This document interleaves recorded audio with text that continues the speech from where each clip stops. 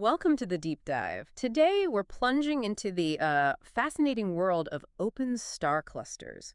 These are groups of stars right here in our own Milky Way galaxy. That's right. And we're going to explore what they are, why they matter for understanding the cosmos. And we'll be drawing heavily on some incredible recent data, specifically from the Gaia space mission. Exactly. Gaia's observations are really changing the game. So, if you ever looked up at the sky and wondered how stars form and evolve together, well, consider this your express ticket to some pretty deep astronomical insights. Think of this deep dive as cutting right to the chase, getting you the core insights from Gaia's groundbreaking work on these clusters. Okay, let's dive in then. What exactly are open clusters? What's the basic concept? Well, you can think of them as cosmic nurseries or maybe stellar siblings. They're groups, usually tens to hundreds of stars, Okay. that all form from the same huge cloud of gas and dust. We call it a giant molecular cloud. So they're born together, essentially. Exactly. Same birthplace, same time, roughly. They're siblings. Stellar siblings. I like that. So are these cosmic families common in our galaxy? Are they forming all the time? Our galaxy is definitely still making them. The estimated rate is something like one new cluster every few thousand years. Wow. And we know of over 1,000 already within the Milky Way. But there's a strong feeling there are many more out there, maybe hidden by dust or just not surveyed yet. So our galaxy is a pretty active stellar nursery then. It really seems that way, yes. Much more dynamic than you might think at first glance. That's incredible. Can we actually see any of these clusters without a telescope, I mean? Oh, absolutely. Yeah. Some of the most famous ones are naked eye objects. Think of the Hyades cluster that's relatively close, about 45 parsecs, Okay. or the Pleiades, much more famous, maybe 130 parsecs away. That's the Seven Sisters. Or Subaru in Japanese, lots of cultures recognize it. Right, I know the Pleiades. Beautiful. And there's the Alpha Persei cluster too, a bit further out, maybe 175 parsecs. Mhm. So yes, people have been seeing these for millennia. So, okay, they're groups of stars born together. But why are they so important for astronomers? What's the scientific value? It really comes back to that shared origin Mm-hmm. because they formed together from the same stuff at the same time. Mm-hmm. They have very similar ages and, critically, very similar initial chemical compositions. Right, the same starting ingredients. Precisely. And that makes them fantastic laboratories for studying stellar evolution. You can look at a cluster and see stars of different masses all at the same age. Ah, so you can compare how a big star ages versus a small star side by side. Exactly. It makes it much easier to determine fundamental things like their distance, their age, their metallicity. Metallicity being the amount of heavier elements. Yes, basically anything heavier than hydrogen and helium. Hmm. It's like a timestamp for when and where the star formed. We can also figure out how much dust is blocking our view. It simplifies things compared to studying isolated stars. Okay, that makes a lot of sense. A controlled experiment, sort of, provided by nature. But you mentioned earlier they disperse eventually. Tell me about their dynamic lives. They don't stick together forever? No, they don't. While gravity holds them together initially, the bonds in open clusters aren't actually that strong, relatively speaking. Okay. So over time, several things work to break them up. Early on, the really massive, hot young stars give off intense radiation. Uh-huh. And that radiation can literally blow away the leftover gas from the birth cloud. Losing that gas reduces the total mass and therefore the gravity holding everything together. So the biggest siblings kind of push everyone else away early on. In a manner of speaking, yes. It weakens the family ties. But the disruption doesn't stop there. What else happens? Well, as the cluster orbits the center of the Milky Way, it's not alone. It has close encounters with other stars. Sometimes giant molecular clouds pass nearby. Gravitational nudges, basically. Exactly. These encounters can gravitationally sling stars right out of the cluster, like cosmic billiard balls. So over hundreds of millions of years, most clusters gradually dissolve. The really big, massive ones might last a few billion years, but eventually they all tend to disperse. And the stars that get kicked out, do they just wander off alone? Well, interestingly, even after they escape, they often continue moving on similar paths through the galaxy for quite a while. Ah, like they still remember where they came from? Sort of. We call these dispersed groups moving groups. Finding these helps us trace the history of clusters long after they've dissolved. It's like galactic archaeology. This sounds incredibly complex to track. Which brings us back to Gaia. You said it's revolutionizing things. What's so special about this mission? Gaia is, well, it's a game changer. Its main job is creating an ultra-precise 3D map of our galaxy. A 3D map. Yes, measuring the positions and, crucially, the motions of billions of stars with accuracy we've just never had before. Wow. Billions. For open clusters, this is transformative. Gaia sees faint stars down to magnitude 21, measures positions and motions accurately out to over 1,000 parsecs, and gets multiple color measurements over time. So it's not just a snapshot. It's like tracking their movement. Exactly. Think of it like going from a slightly blurry photo of the galaxy to a super high-definition 3D movie where you know exactly how fast and in what direction everything is moving. Okay, the sheer precision and scale are amazing. Hmm. How does that actually help us understand the clusters better? What specific problems does it solve? Well, first, the amazing positional data lets us figure out which stars actually belong to a cluster. Before Gaia, that was often tricky. Cleaning up the membership lists, basically. Precisely, refining membership. Then, the precise motions, the velocities, tell us about the internal dynamics, how stars are moving within the cluster, and also how the whole cluster is moving through the galaxy and dispersing. And the colors. The detailed color measurements, the photometry, help classify the stars, figure out their temperatures, compositions, things like that. The impact has been huge. Hundreds of papers, just by mid-2022, using Gaia data on open clusters. There's a great review by Cantat Godin summarizing it all. Hundreds of papers. That's incredible. So what were some of the first big results or surprises when astronomers started applying this Gaia data? One of the really big early tasks was just going back and checking the existing catalogs of open clusters, lists compiled before Gaia. Right, see if they held up. Exactly. These pre-Gaia catalogs had over 3,000 potential clusters listed. But when researchers use Gaia's second data release to check them, they can only confirm about 1,200 of them as genuine clusters. Only 1,200 out of 3,000. That's less than half. What happened to the others? Well, it turns out many weren't real clusters at all. They were what we call asterisms. Asterisms, like the Big Dipper isn't a real cluster. Sort of like that, yes. Yeah. Chance alignments of stars on the sky that just look like a group from our perspective. Sometimes dust clouds create patterns, making areas look denser than they are, especially looking towards the crowded galactic center. So Gaia helps separate the real families from the lookalikes. Exactly. It cleaned house, basically. And interestingly, removing those false positives actually made the observed distribution of cluster ages fit our theoretical models much better. Ah, so correcting the observations improved the theory. And this cleaned up census, what did it tell us about where clusters live in the galaxy? Well, it confirmed and refined the patterns we expected. The youngest clusters, they are mostly found very close to the galactic plane, the flat disk. Right. And they clearly trace out the spiral arms, which is where most active star formation happens. Makes sense. And the older ones. The older clusters are more spread out. They're found further from the plane, both above and below, and often at larger distances from the galactic center. They've had more time to drift and get scattered by those gravitational interactions we talked about. So they're like markers of past star formations spread across the galaxy. Precisely. They map out galactic history in a way. What about their motion? Gaia measures that accurately. Do we learn more about how clusters orbit the galaxy? Yes, definitely. Studies looking at hundreds of clusters found a really clear link between age and motion. How so?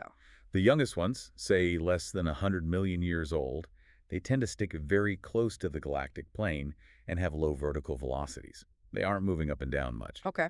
But the really old ones, over 1 billion years, can be found much further from the plane, maybe up to a kiloparsec, and they have a higher spread in their vertical speeds. It shows how they get dynamically heated over time. Like the older generation has wandered further from home and picked up more diverse paths? That's a good analogy. And the younger ones tend to be on more circular orbits, fitting nicely with models of star formation happening in the disk. Let's talk about age again. Determining how old these clusters are sounds crucial. How has Gaia helped there? Is it just better pictures of the stars? It's mainly the precision of the photometry, the brightness and color measurements. The basic principle is still the same. Which is? You look at the cluster stars on a color magnitude diagram, plotting brightness against color or temperature. Since they all form at once, the more massive stars evolve faster and turn off the main sequence, the band where stars spend most of their lives sooner. Right, the bigger they are, the faster they burn out. Exactly.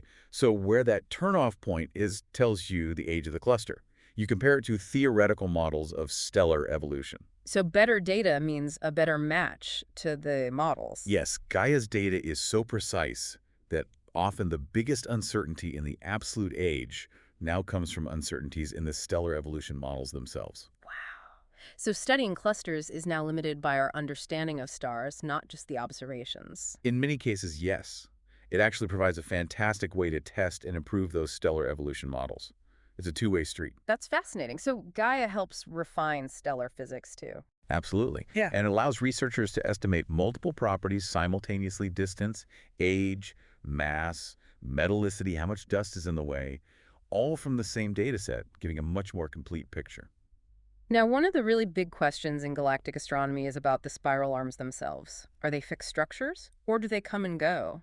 Has looking at open clusters with Gaia shed light on that debate? It certainly has. It's a major ongoing discussion. Are spiral arms like long-lasting density waves, patterns sweeping through the disk, or are they more temporary dynamic things? Right. So researchers use Gaia data to pinpoint the birthplaces of young clusters within different spiral arms: Perseus, Sagittarius, the local arm, Okay. and they found evidence suggesting that different arms might actually be rotating at different speeds. Really? Like different lanes on a racetrack? Kind of. That finding doesn't fit neatly with the classical idea of a single, rigid spiral pattern rotating at one speed. It lends more support to models where arms are more transient or perhaps formed by spiral mechanisms. That sounds like a potentially major revision to how we picture our own galaxy's structure. It's definitely fueling the debate and pushing towards more dynamic models. And what about the fine structure? Are the arms smooth spirals? Gaia's mapping of young clusters is showing us the details.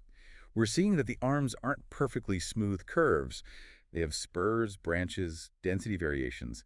The clusters act like tracers, outlining this intricate structure much more clearly than before. So it seems Gaia is not just refining what we knew, but also uncovering things we didn't know were there. Are we finding lots of new open clusters? Oh, absolutely. A huge number. Gaia's ability to measure proper motions, how stars move across the sky, is incredibly powerful for this. How does that help find clusters? You can look for groups of stars that aren't necessarily clumped together visually, but are all moving through space together with the same velocity, like a flock of birds flying in formation. Ah, kinematic groups. Exactly. Using sophisticated algorithms to search the Gaia data for these co-moving groups has uncovered hundreds, maybe thousands, of new cluster candidates. Any specific big discoveries that stand out? Well, early on, Gaia 1 and Gaia 2 were found quite massive clusters relatively close by that hadn't been properly identified before. Whoa. And since then, various teams using different search methods have announced lists adding hundreds more. Castro Gennard and colleagues, Cantat Gowden, Sim, He, Hunt and Refford. Lots of groups finding new clusters all over the sky. It's like opening a treasure chest. It really is. It shows just how much structure was hidden in plain sight, waiting for the right measurements. But is it always clear what counts as a cluster when you find these looser groups? That's a great point, and it's becoming a real discussion. As we find sparser and sparser groups of co-moving stars, where do you draw the line? Right. Is a pair of stars moving together the remnant of a cluster? Exactly. Some studies suggest even pairs or very small groups could be the final, dissolving remnants of once larger clusters. So Gaia isn't just finding new clusters, it's also forcing us to think about the whole life cycle, including the very end stages of dissolution. Speaking of dissolution, are we actually seeing stars escaping clusters with Gaia? Witnessing the process? Yes. This is one of the most visually striking results.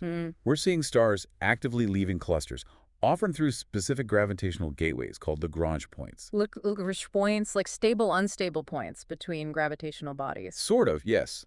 Points where the cluster's gravity and the galactic tidal forces are balanced in a way that lets stars leak out relatively easily. And as they leak out, they form these long, thin streams. Tidal tails. Exactly. Tidal tails extending away from the clusters, like seeing the cluster unraveling. That must be incredible to visualize. Have we seen tails on many clusters now? Quite a few. Famous ones like the Hyades and Praesepe show clear tails in Gaia data, but also many others: Ruprecht 147, M67, Coma Berenices. The list keeps growing. We can literally watch clusters dissolving into the galactic field. And what about more dramatic ejections? Runaway stars. Gaia helps there too, identifying stars with unusually high velocities that seem to originate from clusters. These could be ejected by things like a supernova explosion in a binary star system within the cluster, or complex gravitational interactions in dense cores. So we're seeing the slow unraveling and the occasional dramatic ejection. What about the stars inside the clusters? Anything unusual showing up there thanks to Gaia's precision? Definitely. The detailed color magnitude diagrams let us pick out stars in weird or short-lived evolutionary phases. Like what? Well, blue stragglers, for instance. These are stars that look hotter and bluer younger, essentially, than they should be, given the cluster's turn-off age. How does that happen? The leading theories involve stellar mergers or mass transfer between binary stars. Gaia helps identify candidates and study their properties. We're also getting much better data on white dwarfs in clusters, The remnants of sun-like stars. right? Studying them in clusters helps pin down cooling timelines and understand the end stages of stars like our sun. And we're finding lots of variable stars, stars whose brightness changes over time, like young Delta Scuti or Cepheid variables, which are also important for calibrating distances. Okay, one last area. What about the relationship between these open clusters and something called OB associations? Are they different things? Good question. OB associations are typically larger, much looser groupings of very young, hot, massive O and B type stars. Okay. The older idea was maybe OB associations formed when a dense young cluster expanded rapidly. But Gaia's data, looking at the motions, seems to support a different picture. Hierarchical star formation, Meaning? meaning stars form across a whole range of densities within giant molecular clouds. You get dense clusters, yes, but also more spread out regions that form stars in situ. OB associations might be these larger scale, inherently unbound structures that formed spread out from the beginning. So not necessarily exploded clusters. Not necessarily, no. Consistent with Gaia results, they seem to be born large and unbound. The line between a very young, loose cluster and a denser part of an association can get pretty blurry, actually. It highlights a spectrum of star formation outcomes. And Gaia's finding other weird structures too, right? Not just clusters and associations. Oh, yes. Things described as strings, filaments, rings, even snakes and pearls. Groups of young stars showing coherent motion or spatial arrangement that aren't necessarily classical clusters. It's revealing a really rich tapestry of stellar structures in the nearby galaxy. This has been absolutely fantastic. It's really clear just how much Gaia has, well, transformed our view of open clusters in the galaxy itself. It really has. As Kantek Godin put it, Gaia has unlocked a deluge of new results and transformed our ability to study these objects. We've gone from a somewhat static picture to seeing these dynamic, evolving families. So for you listening, the big takeaways. Open clusters aren't just pretty groupings. They're dynamic systems, born together, evolving, dissolving over millions or billions of years. They're vital tools for tracing galactic structure, testing stellar evolution. And Gaia's precision has been absolutely revolutionary. It's helped us confirm real clusters, discard imposters, map their motions, refine their ages, reveal their internal dynamics, discover hundreds of new ones, and even watch them break apart. It gives us a much richer, more active picture of the Milky Way. Which leads us to a final thought for you to ponder. We see these clusters forming and dissolving. We're finding more all the time, along with these other strange structures like strings and snakes. Given this dynamism, what other secrets about how the Milky Way formed, how it evolved, are still hiding within these stellar nurseries and their scattered descendants, waiting for us to find them? A tantalizing question. The cosmic detective story continues.